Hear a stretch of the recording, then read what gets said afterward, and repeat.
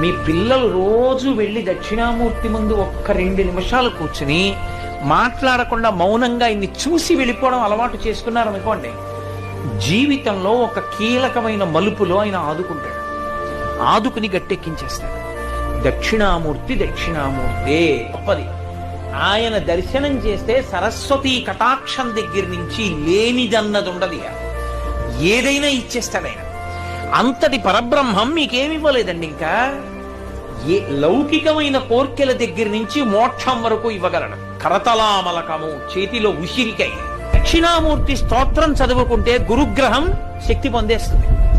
రోజు ఒకసారి దక్షిణామూర్తి స్తోత్రం చదివారనుకోండి చాలు, అంతే.